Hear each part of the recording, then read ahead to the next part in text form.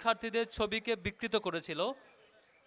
আমাদের নারী শিক্ষার্থীদের ছবিকে বিকৃত করার পরে আমরা সেটির লিখিত অভিযোগ দিয়েছিলাম। সে ব্যাপারে যাদের এই হিজাবোফোবিয়া এবং হচ্ছে বিকৃত মানসিকতার পরিচয় দিয়েছে তাদেরকে বের করা এবং তাদের ব্যাপারে পানিশমেন্ট নিশ্চিত করা। তারা একটি তদন্ত কমিটি গঠন করেছে। আজকে নির্বাচন কমিশনার ওনাদের ব্রিফিংয়ে জানিয়েছেন যে চারুকলার ক্যামেরা নষ্ট থাকায় ছাত্র শিবিরের ব্যানারে বিকৃত করার ঘটনায় তদন্ত কমিটি উল্লেখযোগ্য কিছু পায়নি। এটা হচ্ছে তাদের বক্তব্য। মানে খুবই হাস্যকর ব্যাপার। যারা চারুকলার মতো একটি গুরুত্বপূর্ণ এরিয়ার মধ্যে, এত বড় এলাকায়, বিশ্ববিদ্যালয়ের গুরুত্বপূর্ণ এলাকা যেটির পাশেই শাহবাগ, সেখানে আপনার কে ঢুকছে কে বেরোচ্ছে আপনার সিসি ক্যামেরা নাই বলছেন, ফুটেজ নাই বলছেন, তাহলে আপনাদের দিন নির্বাচন বাস্তবায়ন হবে কি করে? আপনারা নির্বাচনের দিন কোনো অপ্রীতিকর কিছু ঘটলে, কেউ অভিযোগ দিলে সেটি তদন্ত করবেন কি করে? স্পষ্টত সেখানে ক্যামেরা ছিল এবং আমরা ফুটেজও দিয়েছি। একটা ছোট ফুটেজও আমরা দিয়েছি যেখানে একজন ওখানকার উপস্থিত ব্যক্তি ক্যামেরা ধারণ করেছিলেন, 3 জনকে দেখা যাচ্ছিল যারা এটা ভাঙচুর চালাচ্ছিল। অন্তত তাদের পরিচয় শনাক্ত করা গিয়েছিল প্রাথমিকভাবে। পেট্রোলিয়াম টিম তাদের পরিচয় শনাক্ত করেছেন বলে আমাদেরকে অবহিত করেছিলেন। তাহলে তাদের পরিচয় জানা সত্ত্বেও তাদেরকে কেন জিজ্ঞাসাবাদ করা হলো না? বাকি কারা ছিল? দ্বিতীয়ত, টোটাল এরিয়ায় গেটে এন্ট্রি এবং এক্সিটে সিসি ক্যামেরা এখনও আছে এবং সিসি ক্যামেরা এখনও সচলও বটে। আপনারা কাকে লুকানোর জন্য, কাকে বাঁচানোর জন্য, কোন রথি মহারথীকে আপনি ছাড় দেওয়ার জন্য সিসিটিভি ফুটেজ গায়েব করছেন এবং বলছেন যে ফুটেজে কিছু পাওয়া যায়নি? এটা খুবই দুঃখজনক এবং পক্ষপাতদুষ্ট আচরণ। নির্বাচন কমিশনের এরকম চলতে থাকলে আমরা আসলে সামনে সুষ্ঠু নির্বাচন পাবো কিনা, বা দিন শেষে নির্বাচন কমিশনার তাদের নির্ধারিত কাউকে ফেভার দিলে তখন সেটা আমরা আটকাতে পারবো কিনা আমরা জানি না। এখন পর্যন্ত সেটির তদন্ত এবং ফিডব্যাক আমরা পাইনি। আমরা আজকে প্রেস কনফারেন্সের মধ্য দিয়ে নির্বাচন কমিশনারের কাছ থেকে দ্রুততম সময়ের মধ্যে আমরা নির্দিষ্ট রিপোর্ট চাই এবং যাদের পরিচয় আমরা তথ্য দিয়েছিলাম যে 3 জনের, তাদের কাছ থেকে জিজ্ঞাসাবাদ করে এবং ওই চারুকলার গেটের সে সময়ের আগে এবং পরের আসা যাওয়ার ফুটেজ অ্যানালাইসিস করে সেখানে যে ক্যামেরাগুলো ছিল, ইভেন সেই বাকি ভবনগুলোতেও ক্যামেরা আছে এখনও সচল, সেগুলোর ফুটেজ বের করে সুনির্দিষ্ট তথ্য এবং তাদের পানিশমেন্ট যেটা দেওয়া দরকার সেটি নিশ্চিত করার জন্য আহ্বান জানাচ্ছি।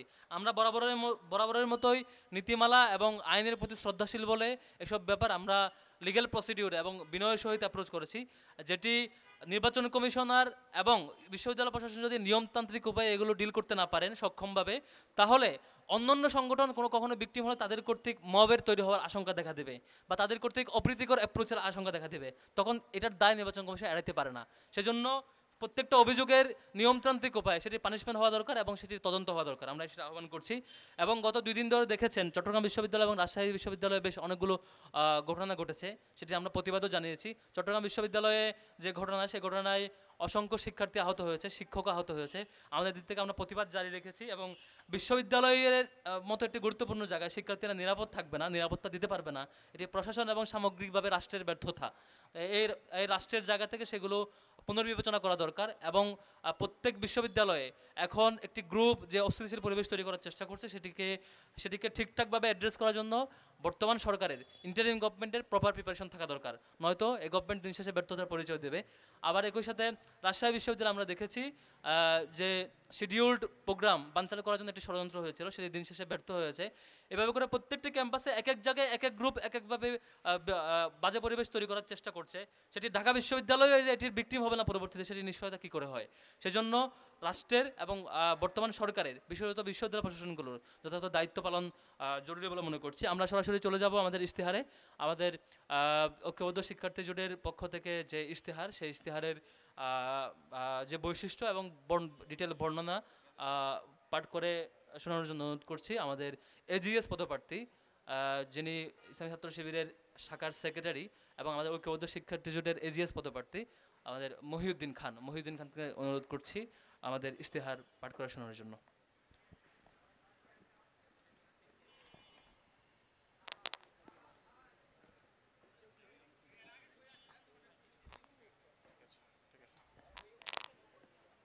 আউযু বিল্লাহি মিনাশ শাইতানির রাজিম, বিসমিল্লাহির রহমানির রহিম। সাংবাদিক বন্ধুদের ধন্যবাদ জানিয়ে আমি আমাদের যেই ইশতেহার সেই ইশতেহার পেশ শুরু করছি। আমাদের প্যানেলের নাম ঐক্যবদ্ধ শিক্ষার্থী জোট। আমাদের স্লোগান হচ্ছে স্বপ্নের ক্যাম্পাস গড়ার পথযাত্রী, আমরা থামব না। আমরা এই স্লোগান ঠিক করেছি এই মেসেজ দেওয়ার জন্য যে আমরা দীর্ঘ সময় ধরে কাজ করেছি এই ক্যাম্পাসের জন্য। ভবিষ্যতেও আমরা শিক্ষার্থীদের জন্য কাজ করতে চাই এবং যেই গোষ্ঠী আমাদের অগ্রযাত্রাকে বাধাগ্রস্ত করতে চায় তাদের জন্য আমাদের এই মেসেজ যে আমরা থামবো না। আমরা আমাদের ইশতেহারে মূলত যে বিষয়গুলো রয়েছে সেটিকে দুইটা ক্যাটাগরিতে ভাগ করেছি। একটা হচ্ছে 6 ইয়েস এবং 6 নো, অর্থাৎ 6টা বিষয়ের দিকে আমরা জোর দিব। আমরা যদি নির্বাচিত হতে পারি তাহলে 6টা বিষয়কে এই ক্যাম্পাসে আমরা বাস্তবায়ন করেই ছাড়বো ইনশাল্লাহ। এবং 6টি বিষয়, যেই বিষয়গুলো নিয়ে আমরা দীর্ঘ সময় নির্যাতিত হয়েছি, নিষ্পেষিত হয়েছি, এ ধরনের 6টি বিষয়কে আমরা ক্যাম্পাস থেকে বিতাড়িত করব, যার কিছু বিষয় এখনও রয়েছে। আমরা যেই বিষয়গুলো বাস্তবায়ন করতে চাই, অর্থাৎ 6টা বিষয়ে যেই বিষয়গুলোতে আমাদের অগ্রাধিকার থাকবে, অগ্রাধিকার ভিত্তিতে আমরা বাস্তবায়ন করব, সেগুলো হচ্ছে নিরাপদ ক্যাম্পাস, আবাসন সংকট সমাধান, নারী শিক্ষার্থীদের নিরাপত্তা, চিকিৎসা সুবিধা ও স্বাস্থ্যসম্মত খাবার, উন্নত পরিবহন এবং কেরিয়ার গঠনের পর্যাপ্ত তথ্য সেবা বা অ্যাক্সেস টু কেরিয়ার রিসোর্সেস। এই 6টা জিনিস আমরা বাস্তবায়ন করার জন্য প্রতিজ্ঞাবদ্ধ থাকব আমরা যদি নির্বাচিত হই। আমরা যে বিষয়গুলোকে ক্যাম্পাস থেকে বিতাড়িত করতে চাই সেই বিষয়গুলো হচ্ছে কর্তৃত্ববাদী রাজনীতি, নির্যাতন এবং সহিংসতা, যেটি আমরা ছাত্রলীগের আমলে আমরা দেখেছি ক্যাম্পাসে, গণরুম, গেস্টরুম কালচার, বৈষম্যমূলক নীতি ও আচরণ। আমরা বিভিন্ন সময়ে দেখেছি যে বৈষম্যমূলক নীতি এবং আচরণের মাধ্যমে ক্লাসরুমে এবং ক্লাসরুমের বাইরে হলগুলোতে বিভিন্ন সময়ে শিক্ষার্থীরা বৈষম্যের শিকার হয়েছেন। চতুর্থত মাদক, ছিনতাই এবং চাঁদাবাজি। আমরা মাদক, ছিনতাই এবং চাঁদাবাজি নিয়ে বিশ্ববিদ্যালয় ক্যাম্পাসে এবং এর আশেপাশের এরিয়াগুলোতে বিভিন্ন সমস্যা দেখেছি, সেই সমস্যাগুলো আমরা দূর করব। লাঞ্চের পরে আসেন কালচার। বিশ্ববিদ্যালয়ের যে অ্যাডমিনিস্ট্রেটিভ জটিলতা, লাল ফিতার দৌরত্ব আমরা দেখেছি, এই দৌরত্ব আমরা কমিয়ে নিয়ে আসব। ইসলামোফোবিয়া এবং সাইবার বুলিং। দুর্ভাগ্যের সাথে আমরা লক্ষ্য করেছি দেশের সর্বোচ্চ বিদ্যাপীঠ ঢাকা বিশ্ববিদ্যালয়ে সাইবার বুলিং এবং ইসলামোফোবিয়ার যথেষ্ট উপকরণ রয়েছে। আমরা নির্বাচিত হলে এই দুটি বিষয়কে একসাথে বিতাড়িত করব ইনশাআল্লাহ। আমাদের যেই ওভারঅল ইশতেহার, এই ইশতেহারটা আমরা 36শে জুলাইয়ের থিমে ডিজাইন করেছি, অর্থাৎ আমাদের টোটাল ইশতেহার হচ্ছে 36টা এবং আমরা 12 মাসে এই 36টা চেঞ্জ নিয়ে আসব। আমাদের স্লোগান হচ্ছে যে 12 মাসে 36টা পরিবর্তন। আমাদের প্রথম যে ইশতেহার সেটি হচ্ছে ডাকসু নির্বাচনকে একাডেমিক ক্যালেন্ডারে অন্তর্ভুক্ত করে প্রতি বছর নির্দিষ্ট সময়ে ডাকসু নির্বাচনের ব্যবস্থা করা। অর্থাৎ ডাকসু নির্বাচন নিয়ে আমরা অনিশ্চয়তা দেখেছি। আমরা বারবার বলেছি ডাকসু নির্বাচন কিভাবে হবে, এটির জন্য শিক্ষার্থীদের যে প্ল্যাটফর্ম, অর্থাৎ ডাকসুর নিজের সে থাকা দরকার। কিন্তু এবারও আমরা এই ধরনের যেই প্রস্তাবনা, সেই প্রস্তাবনা দেওয়ার পরও বিশ্ববিদ্যালয় কর্তৃপক্ষ সেটিকে আমলে না নিয়েই আগের মতো স্বৈরাচারী কায়দায় ভিসির যেই, অর্থাৎ ডাকসুর যিনি সভাপতি থাকেন, তার একচ্ছত্র এক ধরনের ক্ষমতা দিয়ে রেখেছে। আমরা এটার প্রতিবাদ জানিয়ে আমরা যেটা বাস্তবায়ন করতে চাই, আমরা নির্বাচিত হলে অবশ্যই এটা এনশিওর করব যে ডাকসু নির্বাচন ক্যালেন্ডার ভিত্তিতে হবে। আমাদের দ্বিতীয় ইশতেহার হচ্ছে ঢাকা বিশ্ববিদ্যালয়কে ফেসিবাদের দোষরমুক্ত করা, ফেসিবাদের চিহ্ন ও ফেসিবাদী কাঠামো ব্যবস্থা, সংস্কৃতি ও চর্চার পুনরুৎপাদন রোধ করা, গেস্টরুম, গদরুম কালচার ফিরে আসার সকল পথ রুদ্ধ করা, 15 জুলাই ঢাকা বিশ্ববিদ্যালয়ে নিষিদ্ধ ছাত্রলীগ কর্তৃক নৃশংস হামলায় জড়িত সন্ত্রাসীদের একাডেমিক, প্রশাসনিক ও আইনি শাস্তি নিশ্চিত করা। একই সাথে সাম্য, মুফাজ্জল ও আবু বকর হত্যা সহ ফ্যাসিবাদী আমলে সংগঠিত সকল নিপীড়নের সুষ্ঠু তদন্ত ও বিচার নিশ্চিত করা। আমাদের তৃতীয় ইশতেহার হচ্ছে প্রথম বর্ষ থেকে প্রত্যেক শিক্ষার্থীর বৈধ সিট নিশ্চিত করা, আবাসন সংকটের অস্থায়ী সমাধান হিসেবে অস্থায়ী হোস্টেল বা মাসিক আবাসন ভাতার ব্যবস্থা করা এবং স্থায়ী সমাধান হিসেবে হল নির্মাণের উদ্যোগ গ্রহণ করা। চতুর্থ ইশতেহার হচ্ছে নিরাপদ ও স্বাস্থ্যকর খাদ্য নিশ্চিতকরণে হল ও অন্যান্য ক্যান্টিন, ক্যাফেটেরিয়াগুলোতে পুষ্টিবিদের মাধ্যমে স্বল্প মূল্যে পুষ্টিকর খাবারের মেনু প্রণয়ন এবং 3 মাস অন্তর খাবার মান পরীক্ষা করা, প্রত্যেক ফ্যাকাল্টিতে মানসম্মত ক্যাফেটেরিয়া ও ক্যান্টিনের ব্যবস্থা করা, আর্থিক সংকট থাকা শিক্ষার্থীদের জন্য প্রশাসনের পক্ষ থেকে বিশেষ মিল ভাউচার চালু করা। 5 নম্বর ইশতেহার হচ্ছে নারী শিক্ষার্থীদের জন্য নিরাপদ পরিবহন নিশ্চিত করা, ছাত্রী হলে পুরুষ কর্মচারী যথাসম্ভব কমিয়ে আনা এবং প্রক্টোরিয়াল টিমে প্রয়োজনীয় সংখ্যক নারী সদস্য নিয়োগ দেওয়া। ইশতেহার 6 ছাত্রীদের জন্য ছাত্রী হলে প্রবেশের বিধিনিষেধ শিথিল করা, বিশ্ববিদ্যালয়ের পরিচয়পত্র প্রদর্শন সাপেক্ষে অনাবাসিক শিক্ষার্থীদের হলে প্রবেশের অনুমতি দেওয়া, ছাত্রী হলে অভিভাবকদের জন্য গার্ডিয়ান লাউঞ্জ স্থাপন করা। ইশতেহার 7 ছাত্রীদের জন্য মাতৃত্বকালীন ছুটির বিধান কার্যকর করা, মাতৃত্বকালীন সময়ে পরীক্ষায় অংশগ্রহণের জন্য ক্লাসে উপস্থিতির বাধ্যবাধকতা শিথিল করা। ইশতেহার 8 কমন রুমে নারী কর্মচারী নিয়োগ দেওয়া, মা শিক্ষার্থীদের জন্য ব্রেস্ট ফিডিং রুম এবং চাইল্ড কেয়ার কর্নার নির্মাণ করা। ইশতেহার ৯, বিশ্ববিদ্যালয়ের প্রশাসনিক ভবনে সেবাকেন্দ্রিক লাল ফিতার দৌরাত্ম্য নিরসন করে পেপারলেস রেজিস্টার বিল্ডিং গড়ে তোলা। উচ্চশিক্ষায় বিদেশ গমনেচ্ছু শিক্ষার্থীদের জন্য ওয়ান স্টপ সার্ভিস চালু করা। ইশতেহার ১০, ডাকসু ওয়েবসাইট উন্নতকরণ এবং অ্যাপের মাধ্যমে অ্যাক্সেস টু রিসোর্সেস নিশ্চিত করা ও স্বচ্ছতা বৃদ্ধি করা।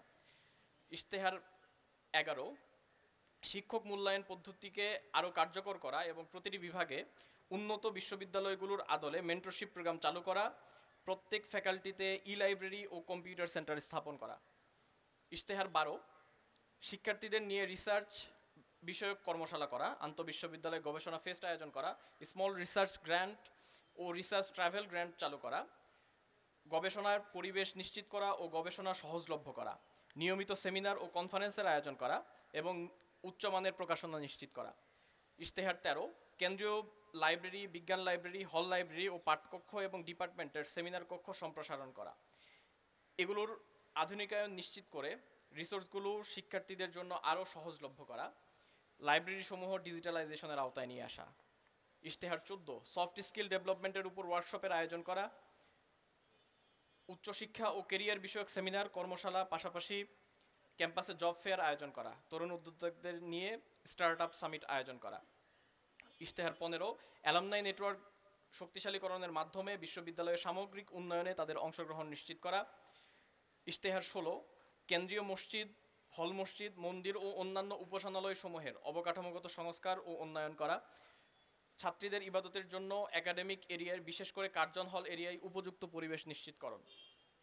ইশতেহার ১৭, মানসিক স্বাস্থ্যসেবা ও কাউন্সেলিং সেবার পরিসর বৃদ্ধি করা। ইশতেহার ১৮, বিশ্ববিদ্যালয়ে মেডিকেল সেন্টার ও সেবা আধুনিকরণের মাধ্যমে স্বাস্থ্যসেবার মান বৃদ্ধি করা এবং ডিইউএমসি অ্যাপ চালুর মাধ্যমে স্বাস্থ্যসেবাকে আরও সহজলভ্য করা।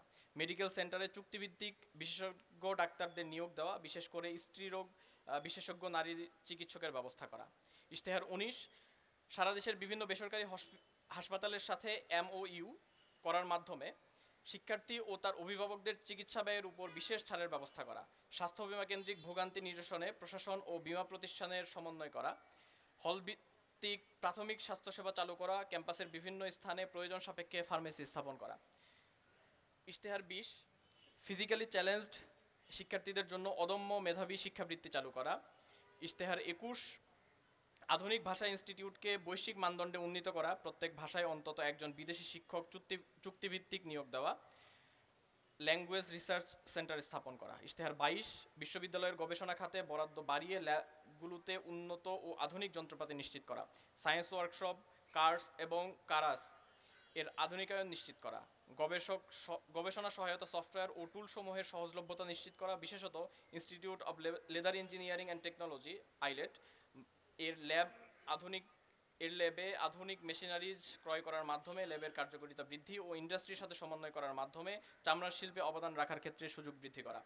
ইশতেহার ২৩, ক্যাম্পাসের সুষ্ঠু পরিবেশ বজায় রাখার লক্ষ্যে বহিরাগত যানবাহন নিয়ন্ত্রণ, ভাসমান হকার ও ভবঘুরেদের উচ্ছেদ করা, ক্যাম্পাস এরিয়ায় রেজিস্টার্ড রিক্সা প্রবর্তন ও ভাড়া তালিকা প্রণয়ন করা।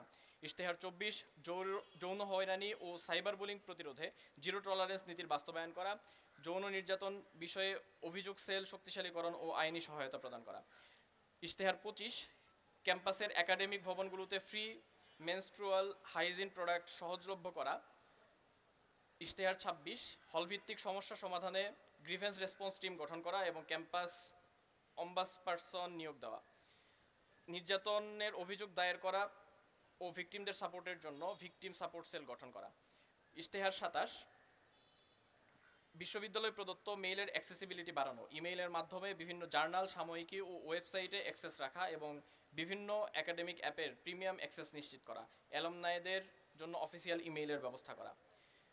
ইশতেহার ২৮, জরাজীর্ণ বাসগুলো বাদ দিয়ে বিশ্ববিদ্যালয়ের ব্যবস্থাপনায় নতুন বাস ক্রয় করা, মোবাইল অ্যাপে রিয়েল টাইম ট্র্যাকিংয়ের ব্যবস্থা করা, বাসের সংখ্যা ও ট্রিপ বৃদ্ধির পাশাপাশি নতুন রুট বৃদ্ধি করা, অভ্যন্তরীণ পরিবহন ব্যবস্থা উন্নয়নের জন্য শাটল সেবা চালু করা।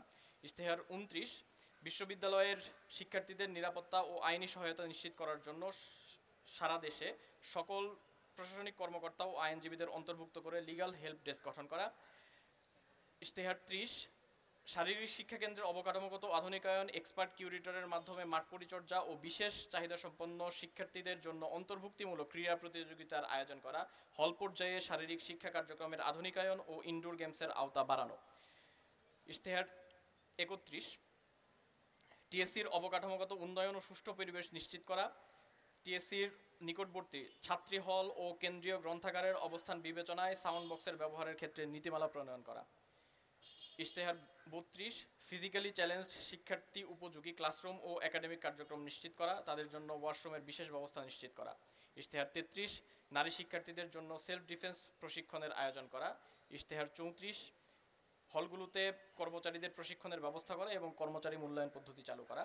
ইশতেহার 35, পরিবেশ ও প্রতিবেশের সংরক্ষণ, শব্দ দূষণ রোধ, সুষ্ঠু ট্রাফিক ব্যবস্থা নিশ্চিতকরণের মাধ্যমে পরিচ্ছন্ন গ্রিন ক্যাম্পাস গঠন করা, ক্যাম্পাসের পরিচ্ছন্নতা রক্ষার্থে প্রতি মাসের শেষে সপ্তাহে পরিচ্ছন্নতা অভিযান পরিচালনা করা। ইশতেহার 36, সাংস্কৃতিক ও বুদ্ধিবৃত্তিক আধিপত্যবাদ মোকাবেলায় এই অঞ্চলের মানুষের নিজস্ব সংস্কৃতির বিকাশে কাজ করা। আমরা যেই সংক্ষিপ্ত ইশতেহার এখানে পাঠ করেছি, সেই ইশতেহারের বাইরেও আমাদের বিস্তারিত ইশতেহার থাকবে আমাদের ওয়েবসাইটে। কিউআর কোড স্ক্যানের মাধ্যমে আপনারা বিস্তারিত যে ইশতেহার সেটি আপনারা পেয়ে যাবেন। সম্মানিত যেখানে হচ্ছে আমাদের জোট, এখানে স্ক্যান করলে আপনি ওয়েবসাইটে চলে যাবেন এবং হচ্ছে সেখানে প্রত্যেকটা প্রার্থীর যে ইশতেহার, সম্পাদকের আলাদা আলাদা যে ইশতেহার সেটিও আছে। আমরা যেটি পরিকল্পনা নিয়েছি সেটি হচ্ছে আমরা 6 ইয়েস এবং 6 নো, অর্থাৎ 6-6-36 জুলাইকে মাথায় রেখে আমরা ক্যাম্পাসের 6টা ইয়েসকে এবং 6টা নোকে মার্ক করেছি, যেগুলো আমরা সিরিয়াসলি খেয়াল রাখবো।